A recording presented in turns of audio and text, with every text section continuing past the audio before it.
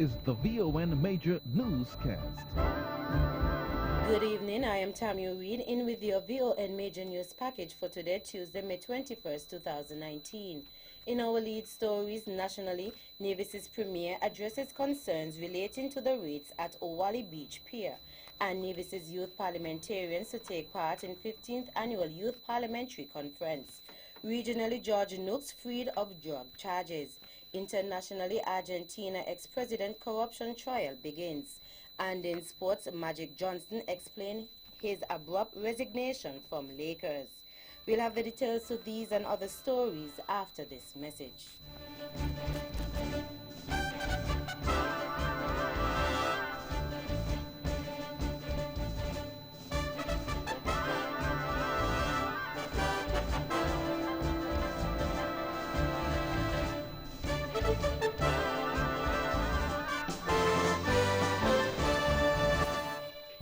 Another look. Different from how you've seen it before. Another look. Takes an in-depth look into business, politics, science, technology, religion, and more. Another look. Featuring documentaries from the BBC, regional features, and local ones too. Another look. Every Monday at 3 p.m. on the Eastern Caribbean's powerhouse, Vaughan.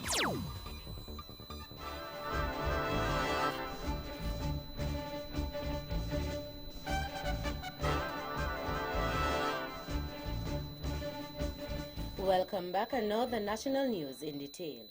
On Wednesday, 15th May, the Nevis Island Administration, NIA, commissioned the new water taxi pier at Owali Beach for the traveling public here in the Twin Island Federation.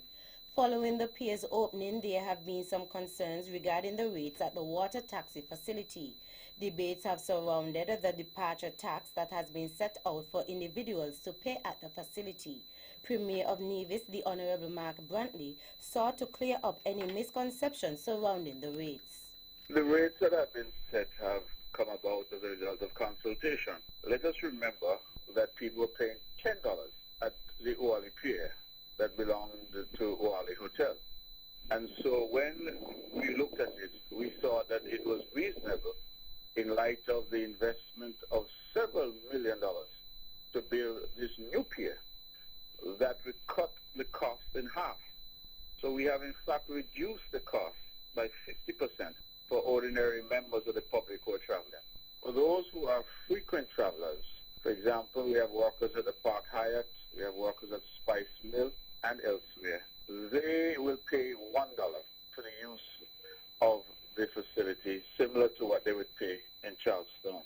Once they present their ID to show that they work in St. Kitts, or they present a letter from their employer in St. Kitts. Premier Brantley also addressed the berthing fee to be paid by various ferry operators and encouraged the public to cooperate. The ferry boats will pay a $10 berthing fee, and I think that those who make frequent berthings, the costs of those are being worked out with NASPA. We would really ask the public to cooperate, bearing in mind that this is a brand new facility which came at a very significant investment, and that what is being provided now is certainly intended to be a much better experience and to maximize the experience for the traveling public, and certainly for those who are visiting and using that facility. It is not intended to compete with what is happening at the pier in Charleston, but rather to complement, so as to allow people the choice either to use Charleston or indeed to use the new facility at Wally. Premier of Nevis, the Honorable Mark Brantley. The Commonwealth Youth Parliament Association will hold its inaugural meeting from the 12th to the 19th July 2019 in Trinidad and Tobago. At the said conference, the 15th Youth Parliamentary Conference is scheduled to take place on 15th of July. Speaking at the second sitting of the Nevis Island Assembly for 2019, today Tuesday 21st May, President of the Assembly, the Honorable Farrell Smithen, explained that the youth parliamentarians here on Nevis, along with others in the Commonwealth, will be taking part in the debates. It is anticipated that youth from Antigua, Barbados, Guyana, Jamaica, Montserrat, Nevis, St. Lucia, Bermuda, the British Virgin Islands, Cayman Islands, the Turks and Caicos Islands, as well as the host country, Trinidad and Tobago. The President noted that the selection process for those who will be participating in those debates had already begun. In March this year, we held our Youth Parliament on Commonwealth Day, in which 31 youth parliamentarians participated. Using a panel of 4 judges, 12 were selected to vie for the second round. In Trinidad and Tobago, and we have been lucky and fortunate to have received the motion for the Youth Parliament. And the motion, that's the motion, the 12 youth parliamentarians that were selected would vie for a place for the 4 to go to Trinidad. Honorable Farrell Smithen. The Nevis Planning and Development Control Amendment Bill 2019 was passed in the Nevis Island Assembly during a sitting which was held today, May 21st, at the Assembly's chambers in Charlestown. The bill seeks to amend the Nevis Planning and Development Control Ordinance, Chapter 6.09, and for matters related thereto or connected therewith. During the sitting, Minister of Physical Planning, the Honorable Spencer Brand, moved the second and third reading of the bill. Premier of Nevis, the Honorable Mark Brantley, and the Honorable Troy Liebert supported the bill and wished the bill safe passage. The proceedings were carried live here on Vaughan Radio. One U.S. national has been charged by the Royal St. Christopher and Nevis Police Force for multiple offenses.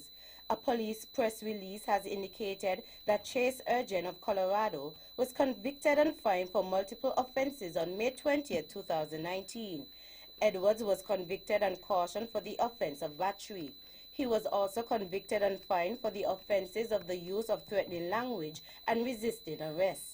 He was fined $1,500 for the use of threatening language to be paid forthwith or 2 months in prison, and $3,000 for resisting arrest to be paid forthwith or 6 months in prison. In more national news.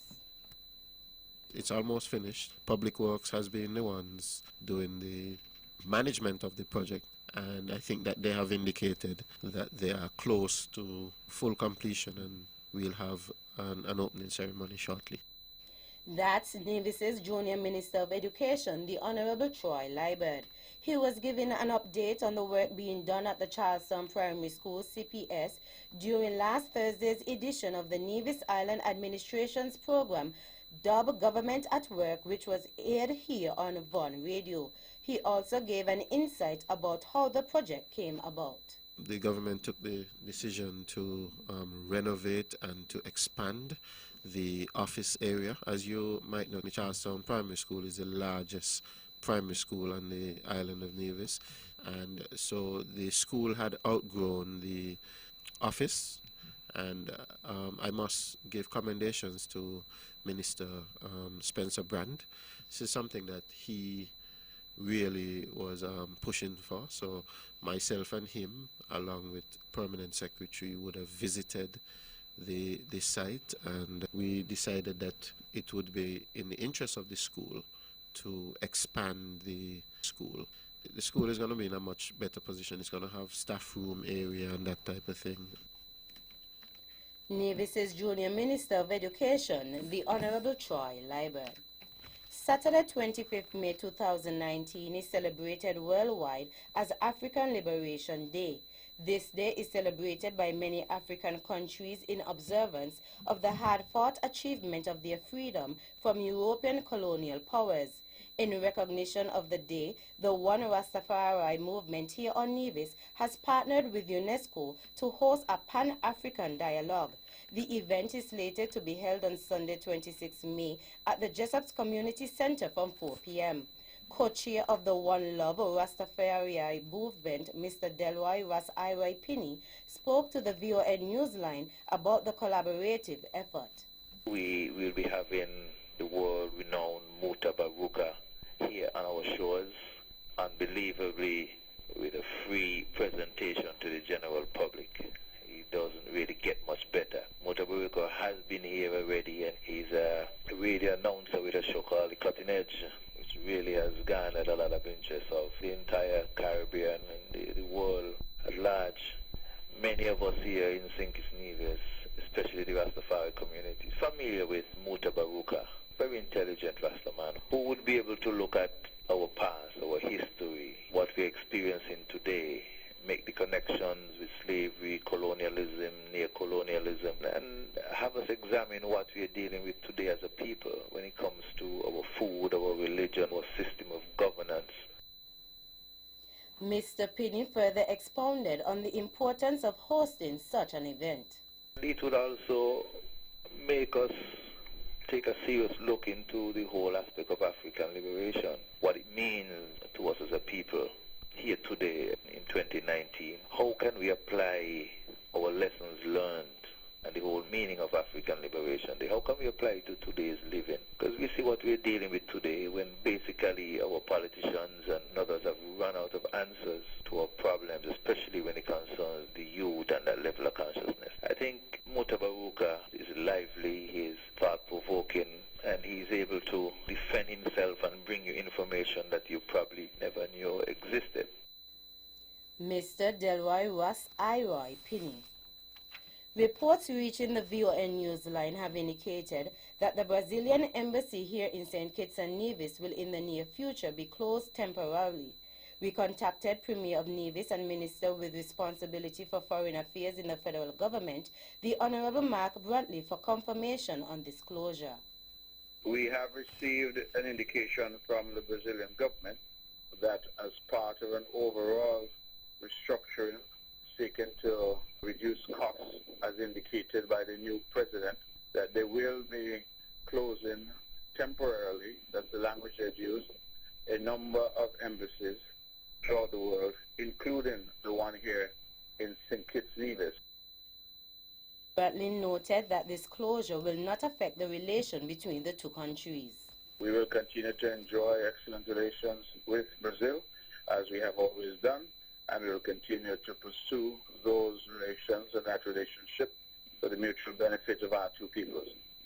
This is purely a matter of the internal government decisions being taken in Brazil as a result of the new president taking charge. Premier of Nevis, the Honorable Mark Brantley. Finally, around 4,000 residents will receive their monies under the government's Household Assistance Program, alias the Poverty Alleviation Program, PAP. This, as the next date for disbursements, is Friday, May 31st. In addition, this will mark the 5th month that payments are made to the households across the country since the program was officially launched in December 2018. The program, which seeks to assist households earning less than $3,000 a month by providing an extra $500 a month, was also designed to improve the socio-economic status of citizens and residents in the Federation. That's the national news segment. You can visit our website at www.vonradio.com or check us out on Facebook at Von Radio or our Von Radio YouTube channel for these and other stories. News from across the region is next.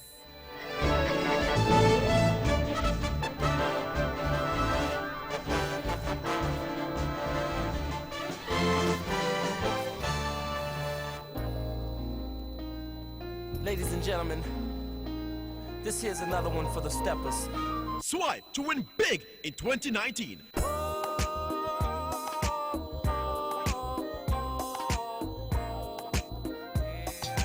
That's right, the Bank of Nevis Limited is once again giving you, our valued customers, a chance to win big. Just swipe or use your Bond Visa credit card for US $100 for a chance to win a cruise for two, an iPhone XS, or a grocery dash at Best Buy Supermarket. Say what? Sign up for a Bond Visa credit card and automatically be entered for a chance to win. This offer ends August 31st, 2019. So tell your friends and family to swipe to win big with the Bank of Nevis. The Bank of Nevis Limited, improving the quality of life. Like us on Facebook or follow us on Instagram.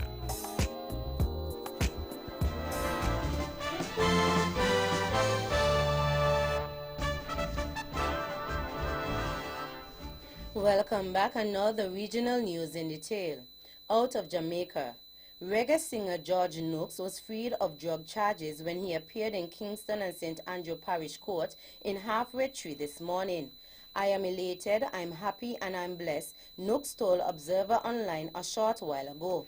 Nooks was represented by Queen's Counsel Tom Tavares Finson. In May 2017, the police reported that 56-year-old Nooks was spotted acting in a suspicious manner by lawmen during an operation in his community. He was accosted and a bag that he was carrying searched. The bag was allegedly found to contain approximately 2 ounces of cocaine. Nooks is well known for songs such as "Money in My Pocket" and his remake of Al Green's "I'll Be Standing By." Out of Antigua and Barbuda, a petition circulating on social media has continued to gain major support following a scandal during the 2019 CSEC mathematics examination. Last week, the Caribbean Examination Council, CXC, announced that it was investigating a breach in examination security in Trinidad and Tobago.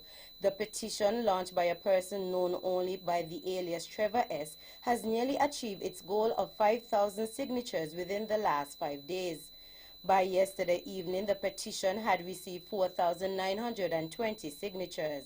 The local publication, The Observer, spoke to local CXC registrar, Mr. Myrick Smith, who said he was awaiting official communication as to the results of the probe from the CXC head office in Barbados. While the exact impact of the leak of photos on Antiguan and Barbudan students is unknown, the petition argued that the receipt of CSEC math for all students in the region was only fair. According to the petition, it would be unfair if these students are allowed a free pass, and equally unfair if only selected schools and students are allowed to receive a supplementary exam. Out of the Cayman Islands, as Ezard Miller prepares to step down as leader of the opposition, a role he has held for the last 2 years following an irreconcilable split with other opposition members, he is beginning to focus on shaping the Cayman Islands People Alliance, CIPA, in order to offer an organized policy-based alternative to the current 2 political parties in 2021. Miller will be hosting the first meeting of this group later this month, where he said several dozen people who have committed to the creation of the party will begin discussing its policy platform.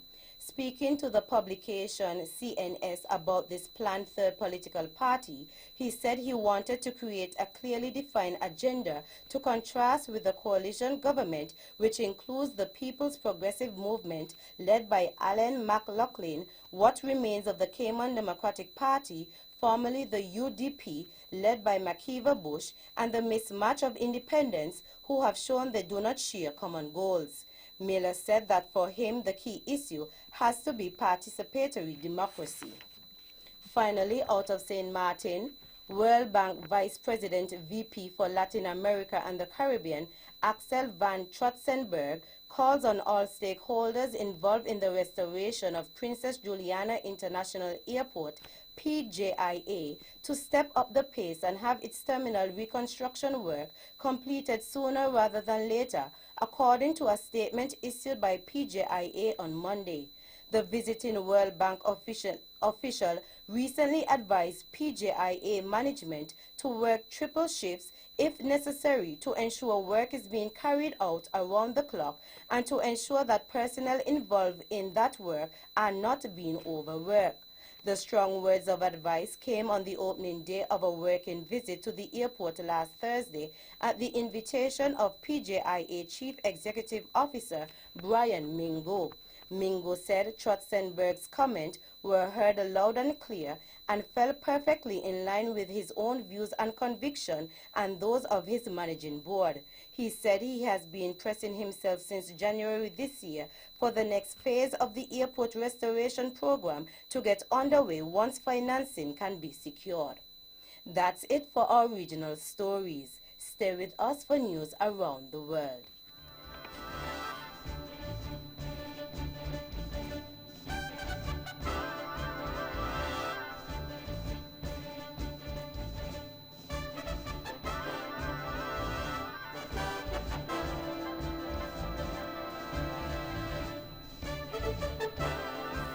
Welcome back, and now the international news in detail. The corruption trial of Argentina's former president, Cristina Fernandez de Kirchner, has begun in Buenos Aires. Ms. Fernandez is accused of accepting bribes from construction firms in exchange for lucrative government contracts while in power. This trial, the first of 12 cases Ms. Fernandez faces, comes days after she announced she was running for office. Posted on Twitter ahead of the trial, she dismissed the accusations as a politically motivated smokescreen. Australian Prime Minister Scott Morrison has secured a majority government capping off a shock result in Saturday's election. With the 77.5% of votes counted, the Liberal National Coalition has now reached the 76 seats needed to control the lower house. The result has defied long-term polls that had predicted a Labour Party win for the first time in 6 years. Labour leader Bill Shorten has said he is standing down. A trial has begun in Germany of the alleged operators of a prostitution ring of up to 200 women trafficked in Thailand.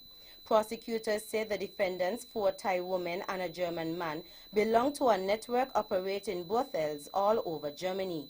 The BBC's Jenny Hill reports from Berlin. Last year, hundreds of police officers raided dozens of brothels all over Germany. Among the sex workers, they discovered women from Thailand, some of them transgender, who'd been trafficked by what the authorities believe was a criminal gang led by a Thai woman and a German man who were both in their 60s.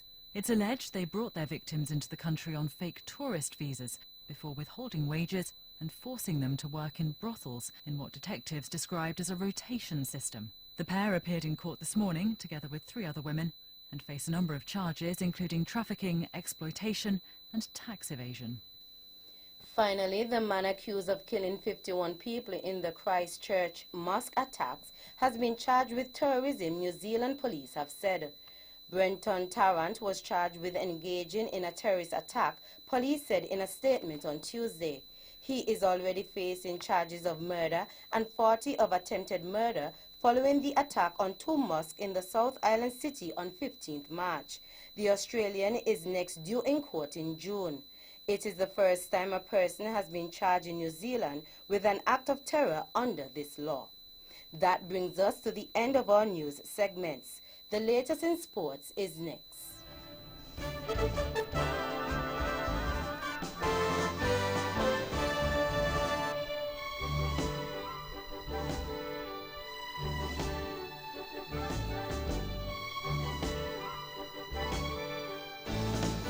See you, John. Betty, how come you never tell me what's going on up at TDC? Well, I'm glad you asked, because TDC Automotive has some awesome deals. Get the car a new spare tire for just $100 plus VAT. And they have selected tires for 30% off. And for the Jeep, if you buy a selected Goodyear tire, you can get a second one for just $99. Well. And not finished yet. They're offering up to 30% off selected Valvoline oils and universal car mats, and a whopping 50% off Energix batteries. TDC Automotive not making no joke. I going up there now.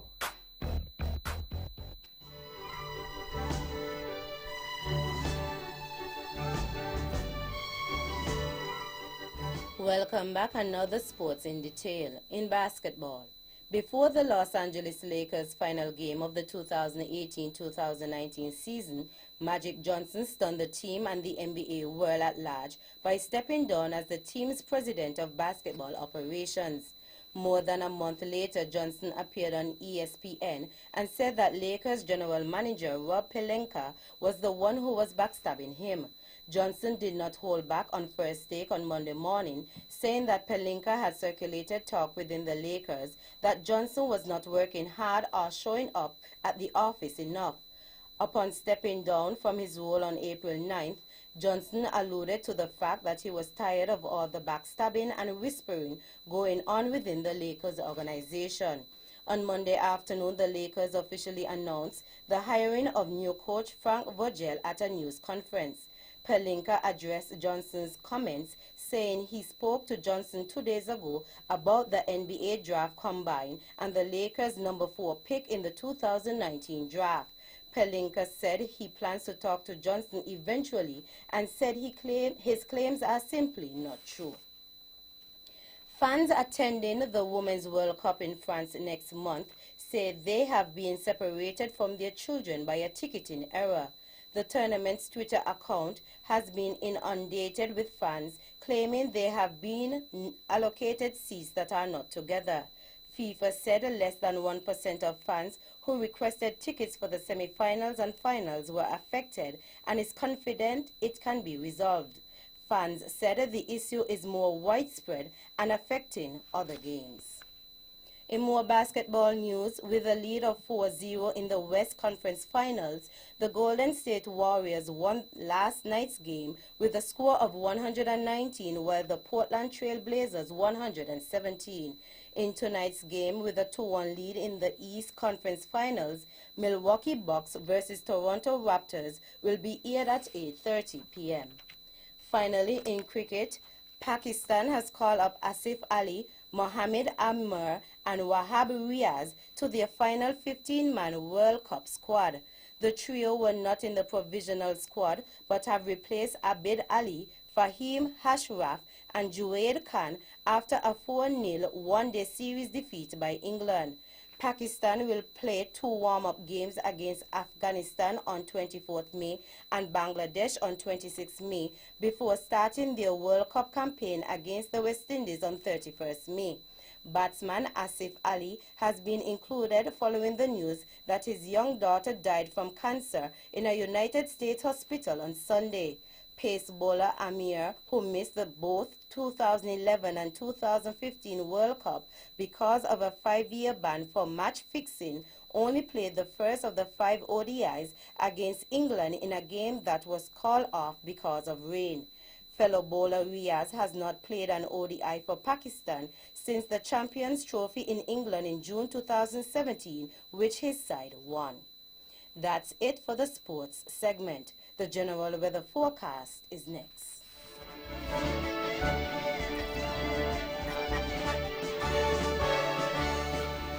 Welcome back, and now the local weather forecast for St. Kitts and Nevis. Weather tonight partly cloudy with a 20% or slight chance of a brief overnight shower.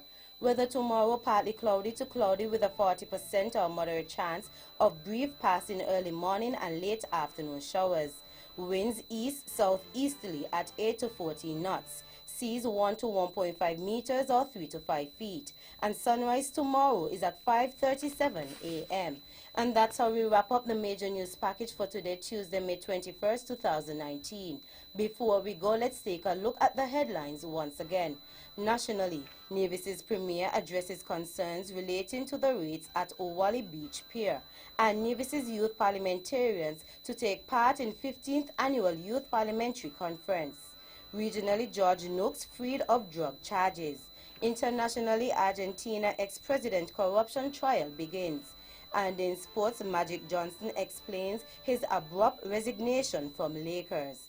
On behalf of the rest of the news team, I am Tammy Reed, wishing you a pleasant evening.